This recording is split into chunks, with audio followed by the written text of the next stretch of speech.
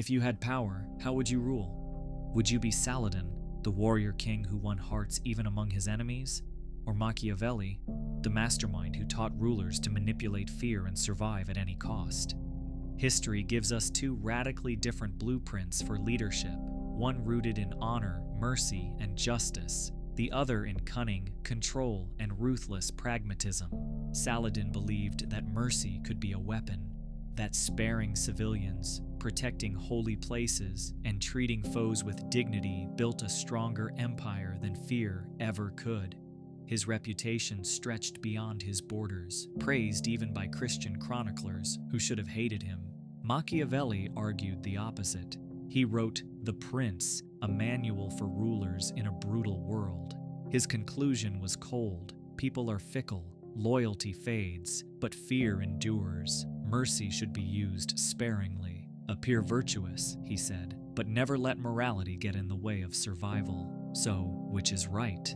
Is lasting power earned through love and respect, or through fear and control? And more importantly, if you were in their place, which path would you choose? Every ruler needs a reason people accept their power. For Saladin, it wasn't crowns or parades, it was justice. In 1187, after the Battle of Hattin, the gates of Jerusalem finally opened to him. Decades earlier, when Crusaders had taken the same city, they had filled the streets with blood. But Saladin refused to follow that script. He allowed Christians to ransom themselves, protected holy sites, and even paid the ransom for poor captives out of his own purse. When a group of women who had nothing to give begged for mercy, he released them anyway. His legitimacy wasn't built on terror, it was built on being seen as a just ruler in a world that expected cruelty. Now contrast that with Napoleon Bonaparte, a figure often described as one of the most Machiavellian leaders in modern history. Why? Because his claim to power rested not on virtue, but on sheer performance. In 1799, he seized power in a coup. Within a few years, he had staged plebiscites to give the illusion of popular support, while his true legitimacy came from his results. At Marengo, at Austerlitz, he didn't just win battles, he bent entire nations to his will. He gave France a new legal code, modern administration, and the sense that as long as Napoleon was in charge, France would keep winning. People didn't love Napoleon because he was merciful. They followed him because he delivered victories and order. That is the core of Machiavellian legitimacy, survival and results above all. One ruler earned loyalty by living as a moral example, the other by proving he was unstoppable. Both paths worked, at least for a time. So here's the question, in your own life, do people trust you because they admire your fairness, or because you always seem to get results? Power is fragile. Sooner or later, every ruler asks, is it safer to be loved or feared? For Saladin, the answer leaned toward love and respect.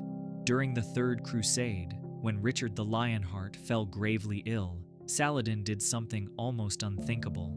He sent his own physician to treat him, along with fruit and snow to cool his fever. He could have let an enemy king die and tipped the war in his favor. Instead, he chose mercy.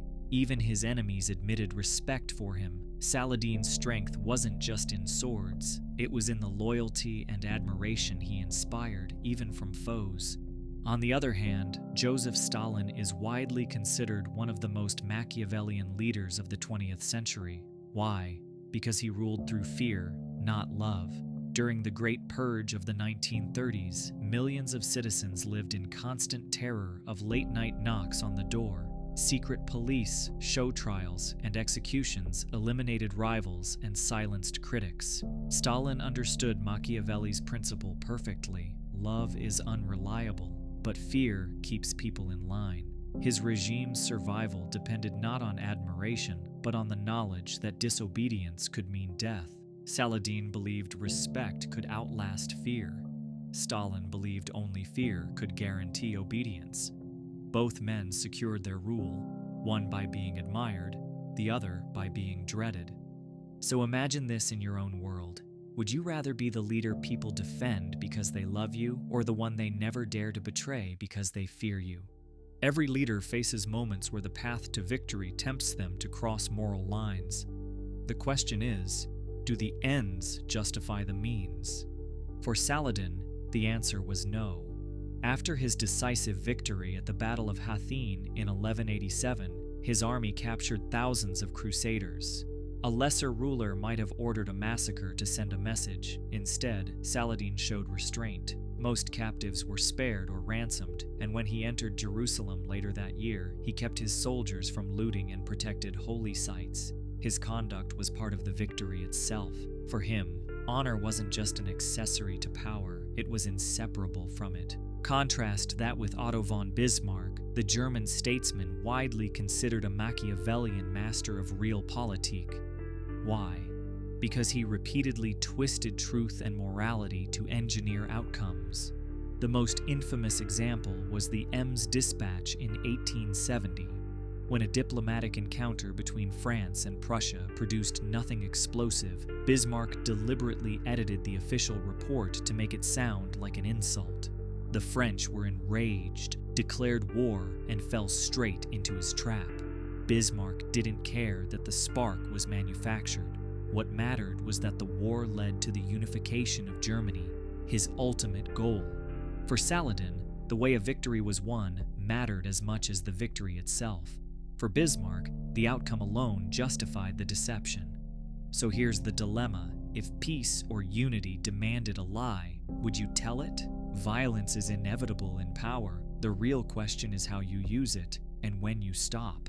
After the Battle of Hattin, Saladin faced thousands of crusader prisoners. He knew their armies would return if he let them all go, but he also understood that mass slaughter would only harden Christian resistance. His solution was surgical. He executed members of the militant knightly orders, the Templars and Hospitallers, men who had sworn eternal war against Islam. But for the vast majority of captives, he showed mercy, offering ransoms or safe passage. Mercy wasn't weakness. It was a strategy to prevent endless cycles of revenge while still sending a clear deterrent. Now compare that to Cesare Borgia, often held up as the living embodiment of Machiavelli's prince. Why is he considered so Machiavellian? Because he practiced ruthless violence with chilling precision. When he conquered the unruly region of Romagna in 1501, he appointed a lieutenant, Ramiro de Orco, to impose order with brutal methods, executions, public terror, swift suppression of rivals. Once the region was pacified, Cesare staged a public spectacle. He had Ramiro executed and his body displayed in the town square. The message was clear. Cruelty had been necessary, but now order was restored under a benevolent hand. It was violence as theater, calculated and front-loaded. Saladin paired mercy with selective punishment, using clemency as a stabilizer. Cesare Borgia wielded cruelty like a scalpel, then discarded it once fear had done its work. So which works better, the mercy that wins hearts, or the shock that freezes them? A leader's power isn't just what they do, it's what people believe about them. Reputation can outlive armies. Saladin built his reputation the hard way, through deeds. Even chroniclers who hated him admired him. After Jerusalem's surrender in 1187, European writers described him as the ideal knight, merciful, honorable, chivalrous. His consistent fairness meant his name carried weight even in enemy courts. For Saladin, reputation was earned by living the values he preached, not by manufacturing illusions. By contrast, Cardinal Richelieu of France is widely remembered as a Machiavellian figure because he mastered the art of narrative control. In the 1620s and 30s, Richelieu used spies, censorship, and propaganda to craft the monarchy's image of inevitability. He suppressed the Huguenots at La Rochelle and then flooded Europe with pamphlets justifying his actions as serving divine order. The reality was ruthless consolidation of power, but what mattered was the story told about it. Richelieu understood that appearances could be engineered and that a carefully managed image could be more powerful than virtue itself. Saladin's reputation was carved in stone by actions. Richelieu's was painted on canvas by spin. Both endured. So ask yourself, would you rather be remembered for what you truly are, or for what people think you are? What do you do with rivals once the fighting stops? Turn them into allies, or erase them before they can strike again? Saladin believed in the power of magnanimity. After years of brutal conflict, the Truce of Ramla in 1192 ended the Third Crusade. Instead of humiliating Richard the Lionheart and the Crusader forces, Saladin allowed Christian pilgrims safe passage to Jerusalem. Trade reopened, and former enemies became neighbors instead of rebels. By keeping his oaths and treating adversaries with respect, Saladin turned bitter foes into partners for stability. His diplomacy created breathing space for his empire without endless bloodshed. Now consider Adolf Hitler, often cited as a Machiavellian ruler for how he treated rivals. In 1934, during the Night of the Long Knives, Hitler moved against his own political allies in the Nazi Party, the SA leadership who had helped him rise to power. Afraid they might become too independent, he ordered a sudden purge. Ernst Röhm and dozens of others were executed without trial. The move eliminated threats in a single stroke and reassured the German army that Hitler's loyalty was with them. It was a textbook Machiavellian tactic: eliminate rivals decisively so they can never return. Saladin's rivals became partners through clemency. Hitler's rivals disappeared through bullets. So which path secures peace more effectively? The oath kept, or the rival cut down before he can rise again? Leadership isn't just about what choices you make, but how you make them. Patient calculation or bold gambles. Saladin's rise was slow, deliberate, and anchored in patience. Before confronting the Crusaders head-on, he spent years uniting Egypt and Syria, forging alliances, and waiting for the right moment to strike. At the Battle of Hattin in 1187, he chose the terrain carefully, cutting off the Crusader army from water and grinding them down in the desert heat. By the time his cavalry charged, the outcome was already sealed. Saladin's decisions were long-term investments, calm preparation followed by carefully timed execution. Now contrast that with Napoleon Bonaparte, widely considered a Machiavellian strategist for his reliance on daring opportunism. His rise itself was a gamble, seizing power in a coup in 1799. On the battlefield, he stunned Europe with bold maneuvers that often defied logic, like the lightning strike at Austerlitz. But in 1812, his biggest gamble unraveled: the invasion of Russia. Believing a swift knockout would secure dominance, he marched in with over 600,000 men. By winter's end, fewer than 100,000 returned. Napoleon's opportunism produced spectacular highs, but also catastrophic collapse. Saladin built his victories slowly and struck when conditions were perfect. Napoleon gambled for instant dominance, risking everything on the roll of dice. So here's the question: would you rather build slowly for certain victory, or gamble it all for the chance of instant glory? What if the cold math of science could tell us which leadership style really works? In the 1980s, political scientist Robert Axelrod held a strange competition. He invited top mathematicians and computer scientists to design strategies for the prisoner's dilemma, a classic game theory problem. In this game, two players can either cooperate or betray. Betrayal gives a short-term advantage, but if both sides betray, everyone loses. Axelrod ran thousands of computer matches to see which strategy would win. The winning strategy wasn't the most aggressive or the most calculating. It was a simple program called tit for tat. Its rules were almost childlike. Start with cooperation, retaliate once if betrayed, and then forgive if the other side returns to cooperation. That balance, mercy first, firmness against betrayal, and then forgiveness, proved mathematically unbeatable in the long run. That's exactly how Saladin led.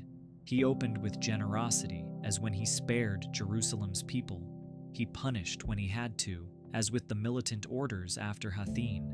And he forgave, signing truces with former enemies when peace became possible. His style mirrors the winning formula of tit for tat. By contrast, pure Machiavellian defect-first strategies, like Cesare Borgia's ruthless betrayals or Stalin's perpetual purges, can dominate in the short term, but over time, they collapse. Endless betrayal breeds endless enemies. Fear might secure obedience for a season, but it rarely survives generations. The math is clear. Mercy, when paired with measured firmness, isn't just noble, it's the most effective survival strategy. So the next time you think about leadership, remember this. Game theory doesn't reward cruelty or blind kindness. It rewards balance. So what type of leadership really wins? Saladin's mercy or Machiavelli's fear? The truth is, Saladin was not naive. He understood the dangers around him. When Reynald de Chatillon, a crusader prince notorious for breaking truces, attacked Muslim caravans and even threatened to march on Mecca itself, Saladin didn't forgive him. At the Battle of Hattin, Reynald was captured alive. Saladin personally executed him, sending a message that mercy had limits. Mercy was his default, but betrayal had consequences. And yet, unlike the leaders we call Machiavellian, Saladin did not let cruelty or cunningness define him. When Jerusalem surrendered, he restrained his men, protected civilians, and even paid for the freedom of poor captives. When truces could secure stability, he honored them. His Machiavellian awareness allowed him to recognize threats, but it was not the essence of his leadership. His reputation was built on restraint, justice, and magnanimity. Machiavelli's disciples, Borgia, Stalin, Hitler, even Napoleon, proved the other path. They achieved glory, terror, and control. But most of them fell hard, leaving behind legacies of fear, collapse, or cautionary tales. Saladin, by contrast, is remembered across cultures, even by his enemies, as a model of honor and nobility. And maybe that's the answer. The best leaders are not just Saladin or Machiavelli. They are both, the lion and the fox. They wield Saladin's heart, earning loyalty and admiration, but they also keep Machiavelli's mind, able to recognize when mercy must give way to firmness. So let me leave you with a question. In your own world, whether it's leading a team, running a business, or just holding influence among friends, where do you need to be Saladin and where do you need to be Machiavelli? Because in the end, the crown doesn't choose the leader chooses how to wear the crown.